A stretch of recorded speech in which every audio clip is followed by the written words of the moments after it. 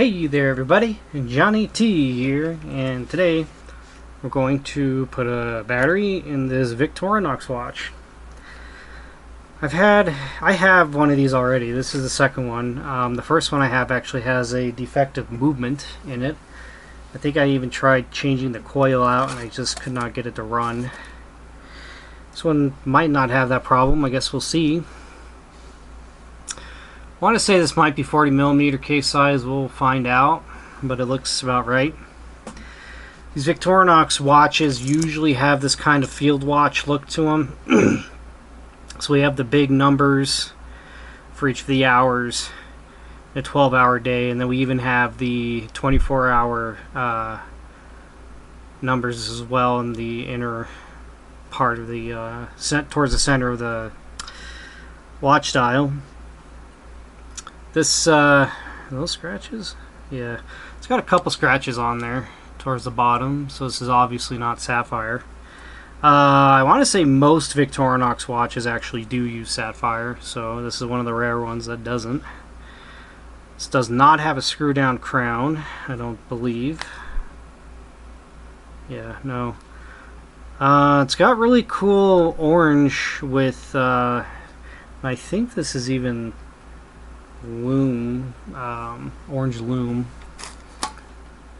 but I'm not 100% sure. I used to have, yeah, here we go.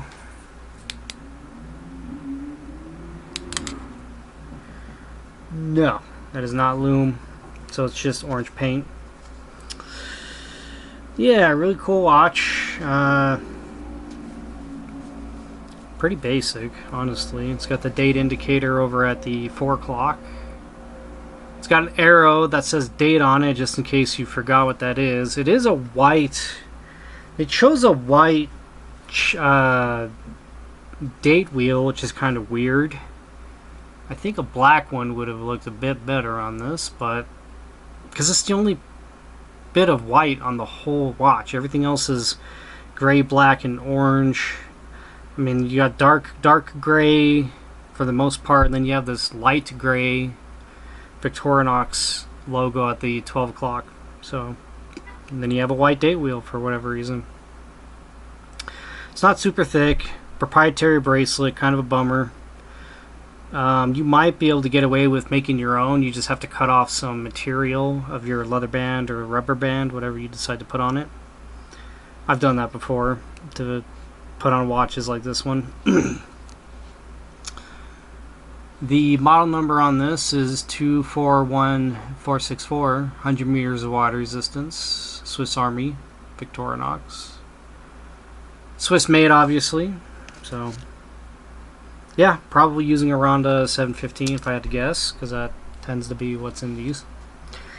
We're going to find out. I think I should probably start with the ball, but for whatever reason, like most of the watches that I work on haven't been opened in a bit, so they usually need a bit of persuasion to open. Gasket is still quite supple. I could see it resisting against me there. Case back was on pretty tight for 100 meters. Case is made in China. Guess they've been doing that for a while. VF1102. So I don't know what it is about these movements, but they smell so awful. I don't know if it's got to be the oil they use or something, but it smells horrendous. Oh man, they're really cheaping out. So I've talked about the different grades of Ronda movements in other videos. You can always tell this is a low grade because it's silver instead of gold, right? And is this actually a 715? You know what? This might actually be a different model. I'm not entirely sure what that says. I do have a 20x magnification loop right here. One of these guys. This one is I think it's Bosch and Loam. It is a triplet. This is what you want if you're looking for one of these. I'm going to pull this away for a second and take a look. I finally use a loop, I know. Yeah, this is a 515, so it's a Ronda 515, a little different than the 715. I'm not entirely sure how different, but it does look a bit different, doesn't it? It's a 1 jewel. So the way I'm gonna take this off is it's just like the 715. There's a hole right here. It might even accommodate, yeah, that'll accommodate a spring bar removal tool, which is kind of crazy. Let's see, I've got the Bergeron one, right? Well, this isn't the spring bar tool remover, but, well, let's not use that. It's right here. This is a Bergeron. I forget what the model is, but yeah, we'll check that out. I guess I'll just do that then, huh? So we'll accommodate a standard spring bar removal tool, which is kind of interesting. That's pretty easy. You just want to avoid your coil. Do not damage your coil. In this coil, I don't see any obvious issues with it. Also, it's pretty clean in here. So yeah, looks okay. And it was using a, I think it says it's a 377 on here. 371, 370. Yep, 371, 370. Yep. 371, 370.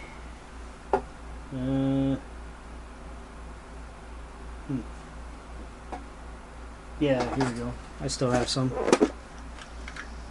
Running out though. Note to self.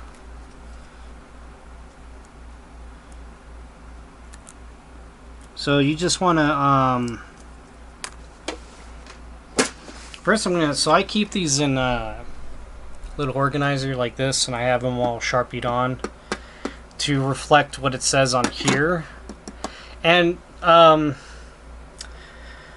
coin cell batteries, you know, they go by a lot of different codes, and it's by dimensions usually.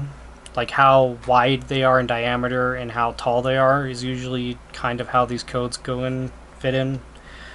But I'm almost running out of these guys. See, I've got 2 left. So I'm going to pull my phone out and take a photo to remind me to buy more online.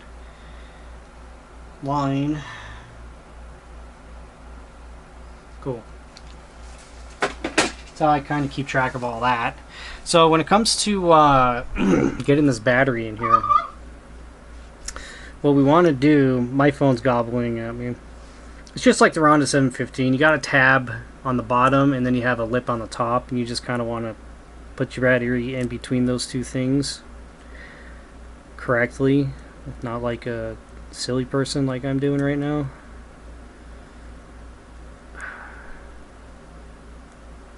Oh, this is kind of tricky, isn't it? There we go. That's good enough. And then we want to press the battery down and pull that tab over. So I'm gonna shake this microfiber cloth off a bit, so I don't want to get any particles. So I'm just gonna push down and pull out. Oop. There we go. Done. I'm gonna blow this out really quick. And then I saw that the spacer, the movement spacer, came up a little. So go ahead and put that back in. And then this gasket, I might as well clean it up.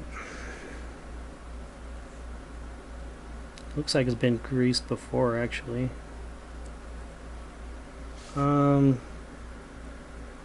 it's definitely been greased before. How cool. Very supple, still good. I'm just going to grease it though, because I want to get into the habit of doing things properly. So in my last video I stuck a bunch of extra grease in this, so now it's extra greasy, which is causing issues. Go figure. We'll see how saturated this gasket will get.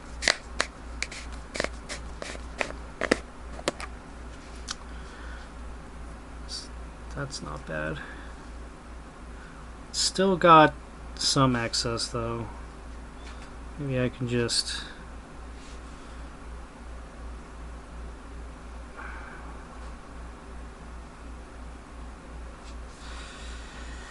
It's got a little too much on there, I think.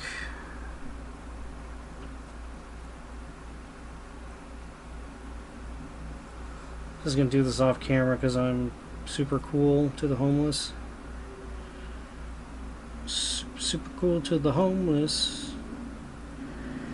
California. Okay, that's good enough.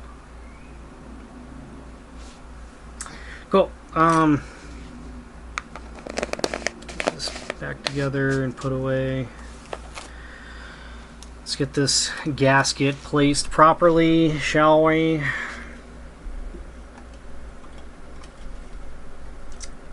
Okay.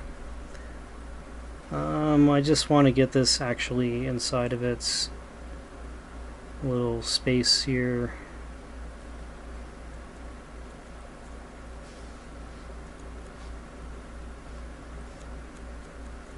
Oh. Still a little bit of excess grease there. Let's wipe that away. Should be fine. Cool. Oh, I don't even know if it runs yet. Huh. Usually, I'm going to blow off the case back. I'll blow in here one more time. Okay. Still don't know if it runs. The last one didn't, so my expectations are not great.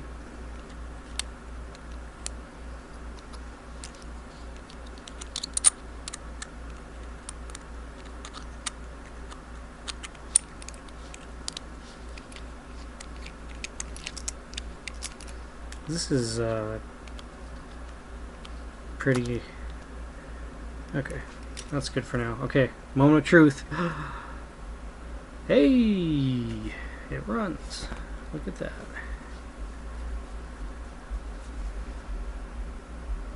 Right on. Very good. Let's do dimensions, shall we? Let's see how right I am about those dimensions I did earlier. So I said it, I think it's like a 40 millimeter. Is that what I said? It's exactly 40 millimeters. Thickness, 9 millimeters. Well, it's less than that. It's 8.7. So what's considered a thin watch? I think ultra thin is like what, 5 millimeters or less. Thin is like between 5 and 9, I think, something like that. The lug to lug on this is 48 millimeters, and then the lug width is it's about 13 millimeters. So proprietary bracelet does that. So not bad, not a bad watch. Let's throw it on the wrist. Got 6.5 inch wrist for reference. It's considered I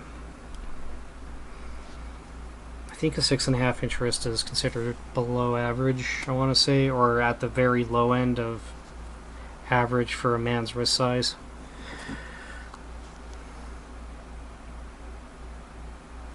Yeah, not bad.